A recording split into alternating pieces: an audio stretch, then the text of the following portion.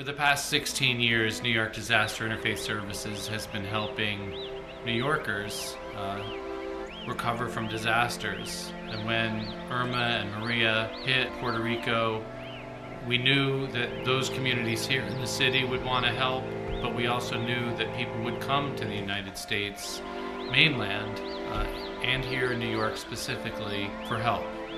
We've had over 17,000 evacuees arrive in New York City from Puerto Rico. We've been offering as much assistance as we could here, but we still need your help.